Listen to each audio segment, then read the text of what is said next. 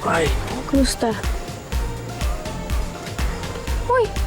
Uy, uy, anong ginagawa mo? bakit? Uy, bakit ka nakuhubad? Oy, wag kang feeling.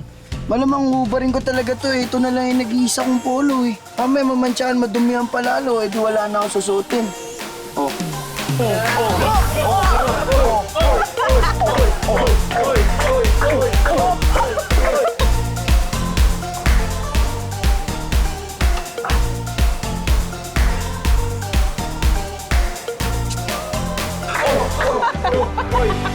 Uy, change music.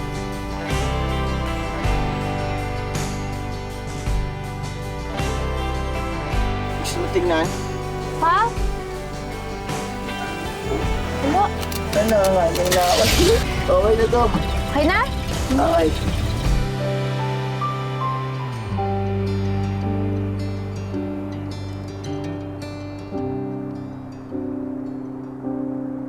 Alam ko na.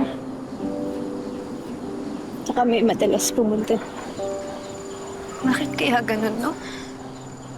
Bakit yung mga taong nagpapangako sa'yo na hindi sila mawawala, sila pa yung bigla na lang mawawala? Hindi ka naman iniwan ni Clark. Talaga?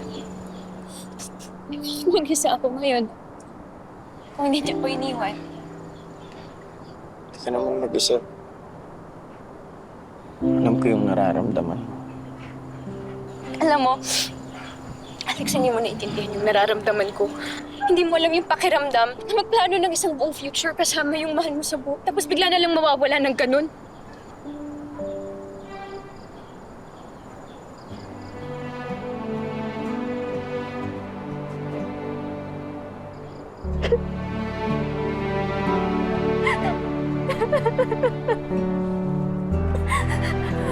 Siguro nga tama ka. Hindi ko alam yung eksaktong pinagdaraanan mo, pero...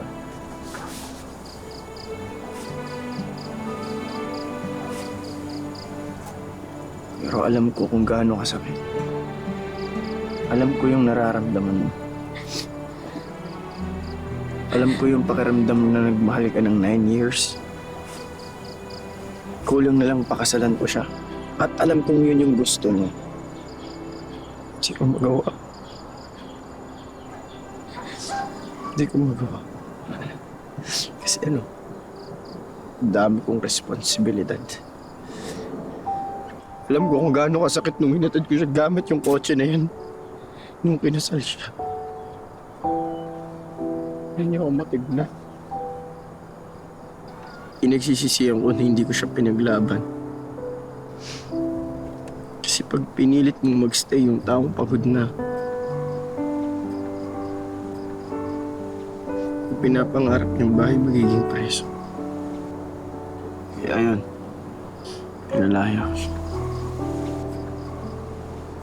May sariling pamilya.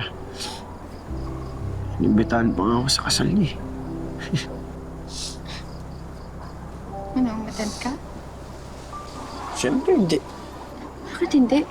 Dapat may nakita mo na okay ka. Para kanino? Para sa kanya. Para sa pamilya niya, sa mga kaibigan namin. Ha? Ba't ko naman gagawin yun? Para saktan yung sarili ko, ganun. I'm sorry. Hindi yun ang ibig kong sabihin. Sensya na. Totoo naman eh.